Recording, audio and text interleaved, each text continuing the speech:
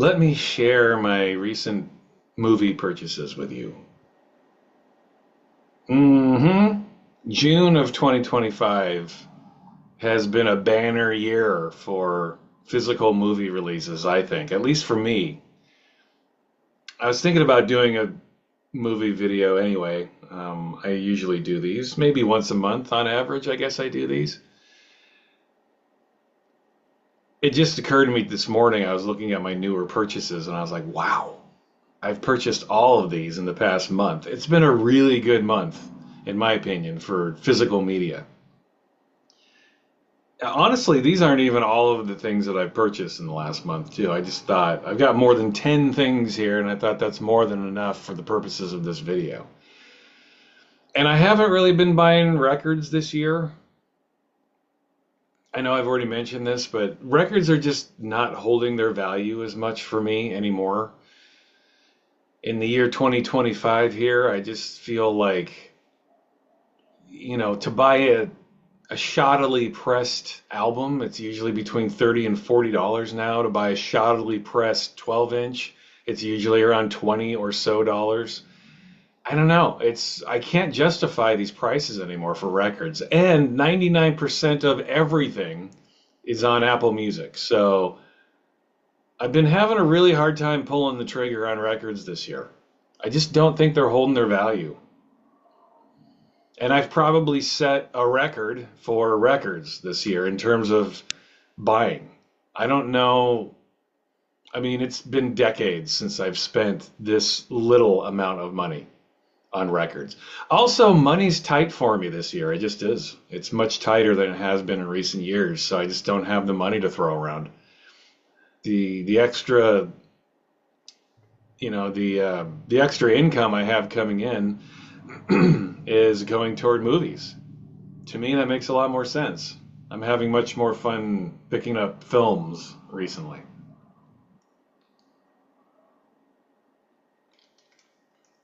As Ray McCracken would say, my supplemental income is not what it was. Now, why don't you go outside and finish that up and come back in when you're done? That's a reference to a great movie that I'm actually going to show here. Anyway, let me get into these movies. Again, this isn't even all I've bought in the past 30 days, man. It's been a banner month. Lots of good shit. This week, one of my favorite releases just came out this week, so I'm super stoked. I have a feeling you guys might know what it is. It just came out this week on Criterion. Super excited. But I'll start with this. This is one of the few films, in fact, I've only done a couple video reviews of movies. In fact, they're both in this stack. I keep telling myself I'm not going to keep buying these when they keep upgrading them to DVD, to 4K, to Blu-ray. I keep buying every iteration of some movies. I can't help myself, and this is one of them. Brazil is one of my all-time favorite movies, arguably my favorite movie. I've done a video on this. Feel free to go watch it. I would be humbled if you took your time to watch my Brazil video. Love this movie.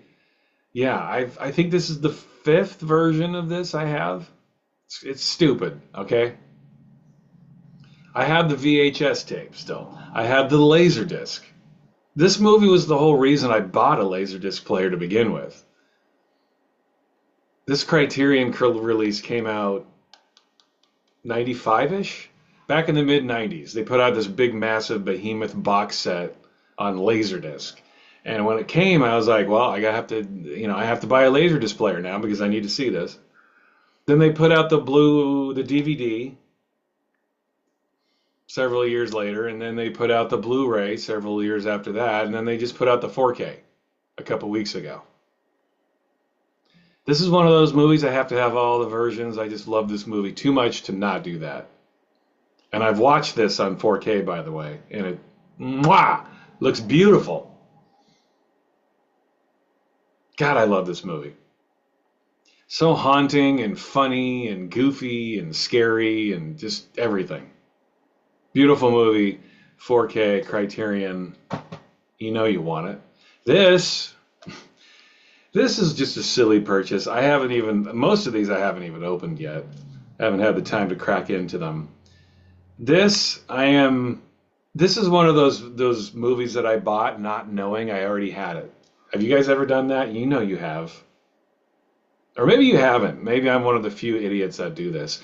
I know a buddy of mine who buys movies and he does this shit too. He buys things and he forgot that he already had it. This is the 4K release of Starman, John Carpenter's Starman. Came out in the steelbook case, as you can see.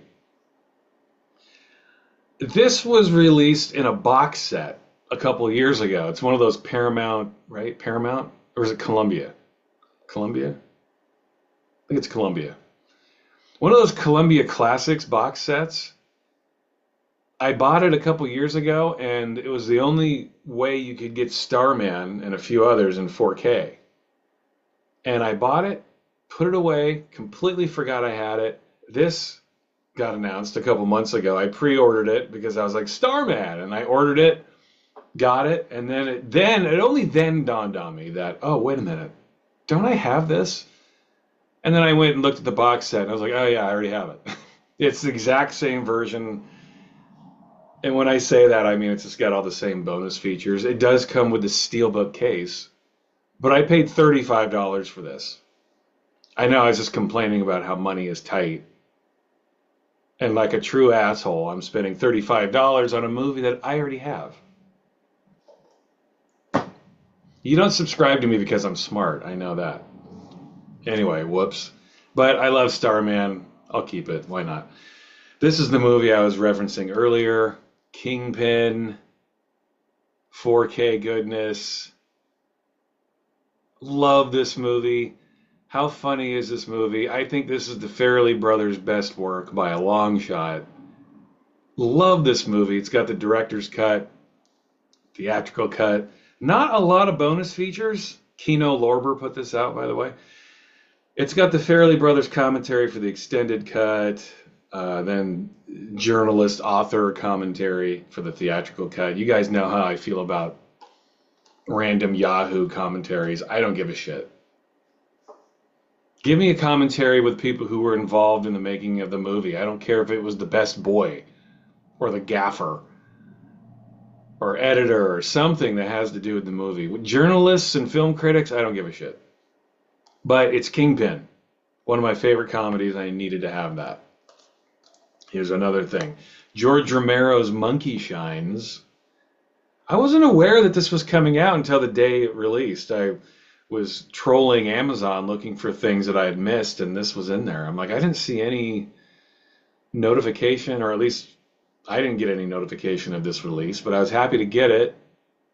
Not my favorite Romero movie, but it's Romero. I think his movies are always worth something. They're always worth watching. They're always worth owning. He does a commentary on this. The special features and bonus features are pretty cool. And I love George Romero. And honestly, I've only ever seen this movie a couple of times. I saw it in the theater when I was a kid. Didn't love it. Saw it again some point in the last few decades. I remember thinking it was a little better than what I thought when I was a kid. And I think this is the only time, those two times are the only times I've seen it. So I'm looking forward to visiting this again on 4K. I'm hoping that I just missed something, and I'm assuming that's the case. Because you know how movies tend to grow on you. You'll see something when you're a kid and you just don't get it, or it goes over your head, or you're not ready to watch it. That happens even when you're an adult. I've revisited many movies that I didn't like at an earlier time, and then I watched them at a later time, and I'm like, oh, that was pretty good. Speaking of which, and here's another one I haven't even opened. This is a movie I'm very keen to revisit, and maybe I'll do that this weekend, actually. This is Kingdom of Heaven, obviously. It's got the steelbook treatment. Yeah, I haven't cracked it open yet. I haven't had a chance. I saw Kingdom of Heaven in the theater. And it was not good, man. Now, I know it was heavily edited and cut. Ridley Scott does that with his movies. He cuts his shit down so more audiences will find his movies more palatable or whatever it is. But I remember seeing this in the theater, I guess it was 20 years ago now, right? 2005. Yeah, 20 years ago now. God. I can't believe it. Like, wow, time flies, y'all. 20 years ago. It's crazy. But I remember seeing this in the theater with my girlfriend at the time, and we both were like, what the fuck? It just didn't make any sense. I'm not a big Orlando Bloom fan. I definitely, like, the movie itself didn't make sense, but there was even then murmuring that Ridley Scott had to heavily edit the movie. So I remember thinking, well, this isn't really what Ridley Scott's vision was. So whatever we're seeing here, hopefully at a later date, we'll be able to see the director's cut. Even then, we all knew that. But boy, this was a mess. And again, even now, I look forward to seeing the director's cut because I've read that it's almost an hour longer, which is essential because I remember like the story skipping around and it just didn't make sense. It was bizarre. It looked great, but it just didn't work. So I'm very much looking forward to seeing Ridley Scott's original vision here. But I still, well, I'm looking forward to it. What I was going to say, I guess, I'm trying to put this in a nice way, but I don't like Orlando Bloom really. I don't think he's a leading actor. And so I thought that was a miscasting even then. Even if this movie is almost an hour longer and it's going to make more sense, I still don't know that it's going to be that great because Orlando Bloom is the main guy. I just don't think he's a great actor. I think he's good in side roles. Like he is perfect as Legolas if you just give him very limited amounts of dialogue. And let me turn this off here. If you give him very limited amounts of dialogue and let him go nuts as Legolas, that makes sense. But as the main guy in a big epic, a history epic like this, I don't know. I'm not looking forward to watching Orlando Bloom for 3 hours in a movie, or 3.5. How long is this? The director's cut. I don't know. At any rate, I love Ridley Scott. I don't love everything he's done. But it doesn't matter. If you've done Alien and Blade Runner, you get a pass for the rest of your life. That's how that goes. What is going on with my phone here? Okay, there we go. My phone is being very unhappy right now, and it's making me unhappy. But anyway, Kingdom of Heaven. Looking forward to cracking this open. What do you guys think about this? I'm interested to hear people's opinions on Kingdom of Heaven because I still haven't, I have yet to see the director's cut, so. Here is something really cool packaging. Not a great movie, but it's fun and wacky and kooky. Jade.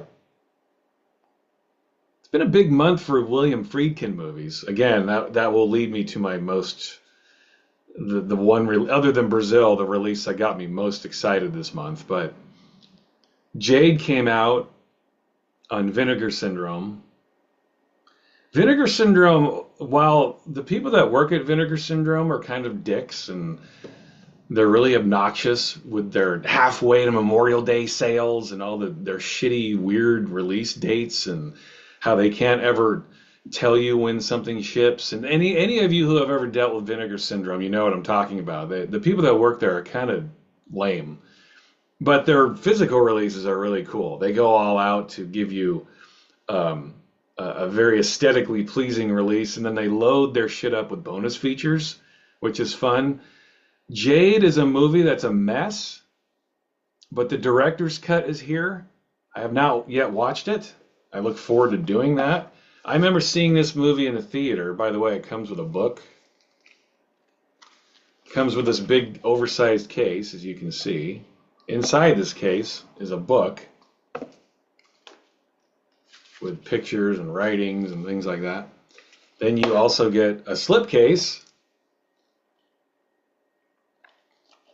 And then you get the movie buried deep inside. This is the original theatrical poster artwork here.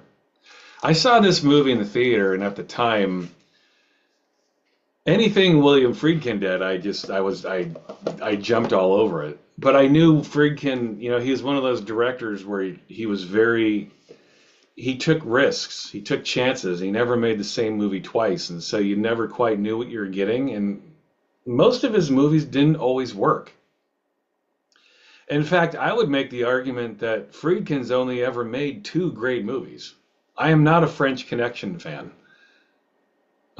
His 2 great movies to me are Exorcist and the movie that I will mention here in a few minutes. But other than those two, I don't know. I think his movies are all kind of cool in one way or another, and some of them are much messier than others, and this is one of the messier ones. But this is loaded with bonus features, and I haven't seen the director's cut, and I look forward to doing that. And Linda Fiorentino's in it, and that's always nice. Who doesn't want to watch her be sexy for 90 minutes? David Caruso, I don't know, man. He's another one of the reasons I never liked Jade. I mean, David Caruso, why did we have to put up with this guy?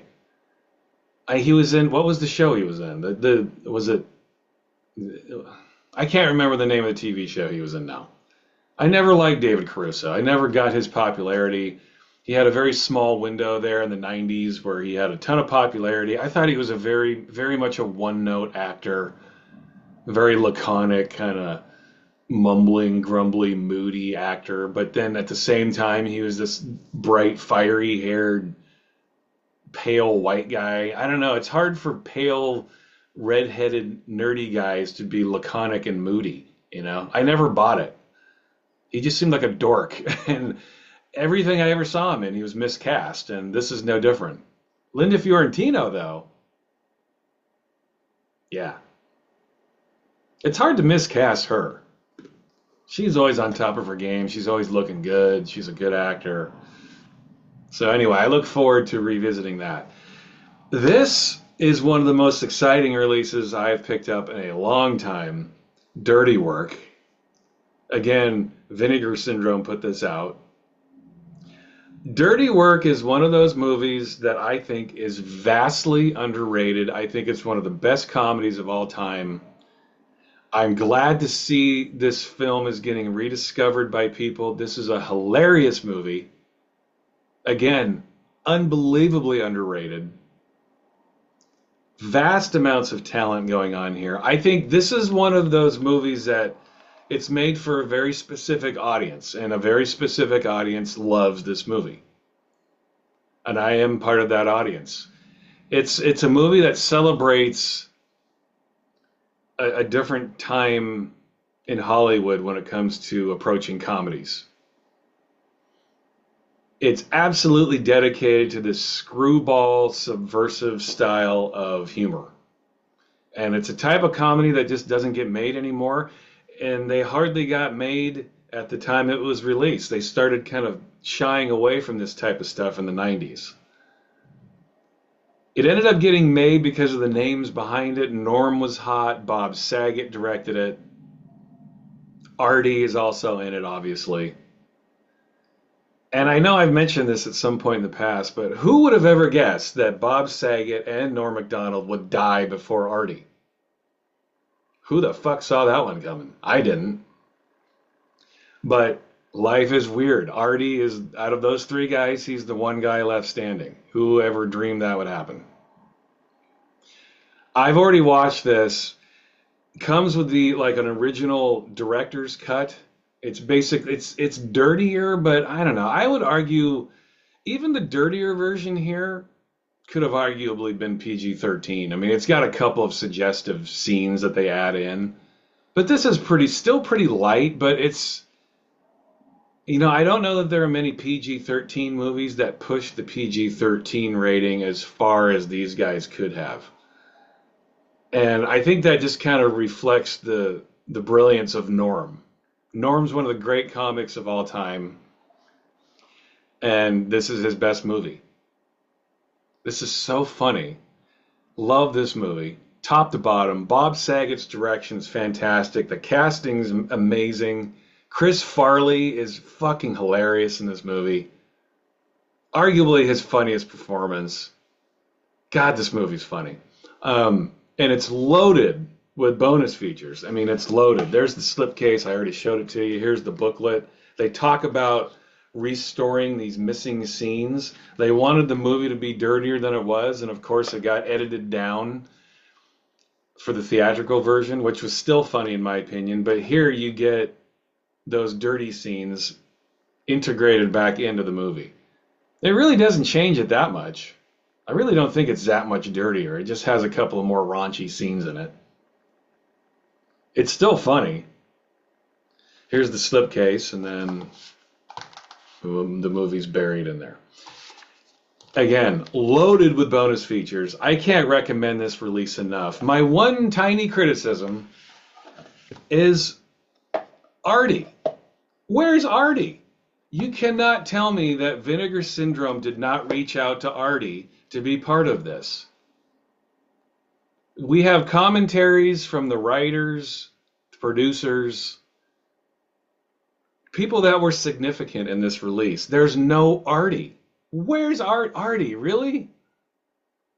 How perfect would this have been if Artie stepped in to do a commentary? Maybe it's too painful for him, you know? Artie obviously has had a very painful life.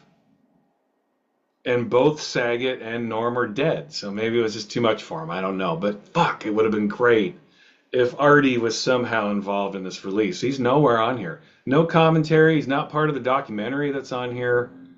It's a real bummer. You know, this movie's about Norm and Artie. So it would have been great to have Artie in here, but Artie's missing. No one knows where Artie is. Has there been any updates on Artie recently? I haven't seen them. I think Artie is a brilliant comic. Artie is the single greatest thing that ever happened to the Howard Stern show. And I miss Artie dearly. And I'm not the only one. I know you Artie fans are out there. It would have been perfect to have Artie be part of this. I love Artie, you know, and, you know, we all root for Artie, don't we? We want him to be healthy and okay, and we miss his humor. And again, his time with the Howard Stern show, what's funnier?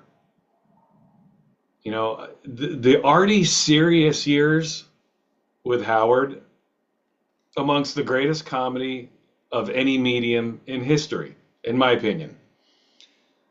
The 2006 through 2009 years on Sirius. Fuck. Those 4 years, I mean, I can't think of anything funnier. The Artie serious years on Howard Stern. God damn. Some really inspired comedy, some of the greatest stuff I've ever heard in my life. I was surprised I picked this up because I'm not a big James Bond fan, but I picked it up. Haven't cracked it open yet. The Sean Connery Bond movies in 4K.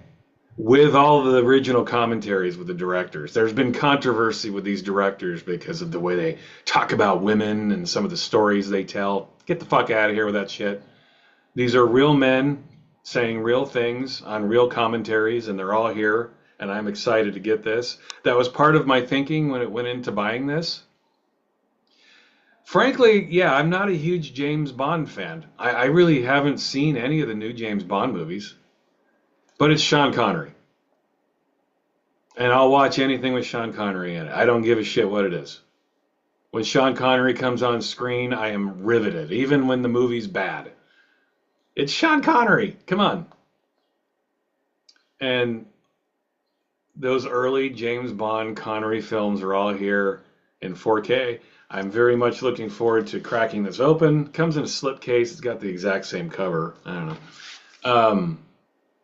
I will make exceptions in life. Not a big Bond fan, but I'm a huge Sean Connery fan. So there's that. I was happy to get that. Here's another embarrassing purchase. I broke down. I couldn't help it. This is another movie I've done a video on. I bought this. Return of the Living Dead. This is like the fourth version of this I have. I have 2 Blu-rays, and now I have 2 4Ks. 4 Blu-rays, really. 2 4Ks, though. I really love this cover. It's got all the exact same bonus features from previous releases. I might not ever even open this, but I love this cover. It was a limited edition cover. It's basically that initial zombie breaking out of the canister in the basement. There's another version of this of the woman zombie that's been cut in half. There's another tin steelbook case that has her on the cover, which I almost got, but I just like this more. The original zombie crashing through the canister. You see the glass breaking. Really love this cover. I picked that up because I'm a degenerate asshole and can't help myself, okay? At least I admit it. This is another movie. I know, I keep going. I bought a lot. I purchased a lot. This is one of those movies I saw in the theater. God, when was it? 1989? Late 80s? When did this come out? 89. I was in high school. I saw this movie and I remember kind of liking it, but it was really cornball and cheesy, and it was made in the wake of The Abyss, and I remember thinking these guys are just trying to make a horror movie of The Abyss and yeah, whatever. But I want to revisit it because I do remember liking it to a certain degree, and it's gory. There are a lot of special effects which I love. I want to revisit this. I've only ever seen it that one time in the theater.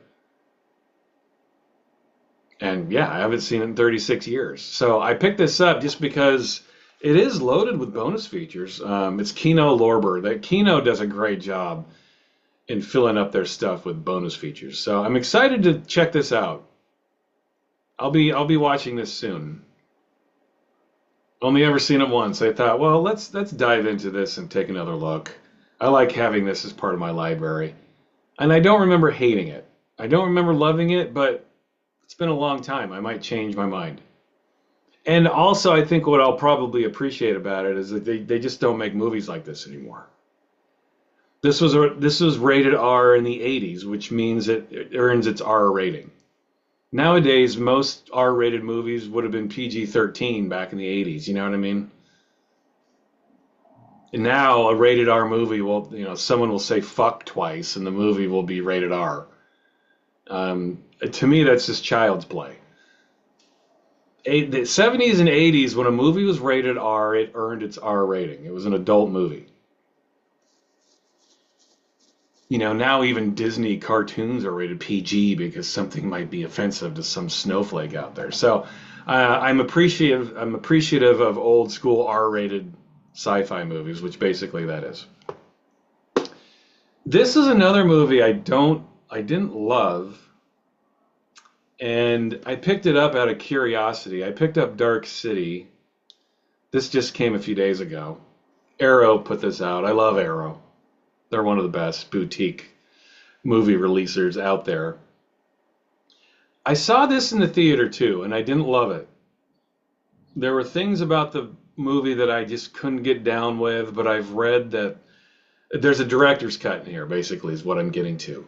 What I had a problem with mostly was when I saw this in the theater, there was this really obnoxious narration over the movie. And generally, I just hate it when movies throw narration in there. They're just assuming the audiences need every little thing explained to them. And I remember seeing this and thinking, you know what? Just tell the story. I'll figure it out. I don't need people holding my hand through basically a noir film. I know a lot of old school noir movies have narration, but I thought that the narration kind of ruined it here. Same with Blade Runner. Blade Runner is a profoundly better movie without the narration, but movie studios always just assume audiences are stupid, and most of them are, I guess. But that was a problem I had with this movie. But I've read that the director's cut does not have the narration. So when I saw that, I was like, you know what? I want to see this. And I picked it up. This is like a cool box set. There's a bunch of shit. There's stuff like, there's tchotchkes in this, like postcards, 3 postcards, and then another postcard, and then a business card, and some posters. And it just looks like a fun release. I haven't cracked it open yet. I will. I look forward to revisiting this, much like this, in my excitement to revisit this. I want to revisit this too. I'm hoping that the lack of narration and the added scenes for the director's cut is going to make this a better movie. I'm guessing it probably will. So I'm looking forward to revisiting Dark City. Didn't love it at first. I've only ever seen it once, and I'm sure it'll be a better movie. This, I'm super excited to get this. Lethal Weapon 4K, it's Steelbook, blah, blah, blah. But listen, if you grew up in the 80s and you were a boy, you loved this movie. I don't care who you are, where you grew up. If you were a 12, 13-year-old boy, when this movie came out, as I was, you fucking love this movie. I love Lethal Weapon. This is one of the great action movies of all time. Super excited to see this on 4K. Unfortunately, it's really bare bones with the special features. There just looks like there's a couple of featurettes. There's no commentary on here. Richard Donner usually does, he did commentaries on his movies, but I don't see one on here. This is the first time I've ever owned a physical copy of this too, so I'm excited to have this. Great movie. Yeah, it's cheesy and corny and goofy, but because of these two guys, their acting chops and the chops of Richard Donner, who was a master filmmaker, and when it came to making movies like this, I'm excited to have this. One of the great action movies of all time. Mel Gibson and Danny Glover crushing it for over 2 hours. Excited to crack this open. I can't wait for that one. And this is the last movie, and this is the one that I was most excited about this month, other than Brazil. Right here, baby. Sorcerer. How much do we love this movie? Friedkin at his best. He made two perfect movies, in my opinion. Exorcist and Sorcerer. This is a movie that has had a rough life. This movie got released the same month as Star Wars, so it got buried. Nobody saw it in the theater. Came out in 1977. It got skipped over. It got passed by. Star Wars usurped everything. Nothing exists in 1977 other than Star Wars. It just took over everything. This movie it's been like the little engine that could. It just keeps gaining traction over the years. I remember when this came out on video in the 80s when I first saw it. I was too young to see this in the theater. In fact, my parents would take me to movies in the 70s. Like I saw Star Wars when I was 5 years old, when it came out in 1977. I saw it for my 5th birthday. So my parents would take me to movies when I was a kid, even R-rated movies. We didn't see this. This came out on video, on VHS at some point in the 80s, and it was such a horrible transfer you couldn't even watch the movie. It was letterboxed and the edges were cut, and it was really hard to watch. It looked terrible. The colorization was bad. The audio was bad. Everything was just bad. Terrible transfer, and that was the case for many years. It was hard to watch this movie because of just the way it looked and sounded. A Blu-ray release came out of this maybe a decade ago. The Blu-ray looks fantastic. And I remember when I finally got the Blu-ray and I watched it and it looked good and the transfer looked good, I remember being stunned it felt like I was revisiting the movie for the first time. It was really a beautiful movie. It looked fantastic. The sound was great. Someone finally found the movie and gave it the care it deserved. If you can get the Blu-ray, if you don't want to get this for some reason, I would highly recommend the Blu-ray. And it upscales to a 4K player very well. I've played the Blu-ray on my Dolby Vision 4K player, and it looks fantastic. So the thought that this will look better blows my mind. I haven't cracked this open because I just got it the other day. But I can only imagine what this looks like. And it's loaded with special features too. Super excited to watch this movie yet again. And I have no doubt it's going to look and sound the best it's ever looked and sounded. This is a fucking great movie, man. This is a movie for dudes, okay? I'm not saying women can't enjoy this movie, but this is a total dude movie made by a dude. This is a real man movie. This is men dealing with other men made by men. There are a couple movies like this. Another movie that comes to mind is First Blood. Rambo, the original John Rambo movie, First Blood, a fucking man movie. Men dealing with men. Levels that only men can understand. Again, I'm not saying women can't enjoy these. They do. Women enjoy these films.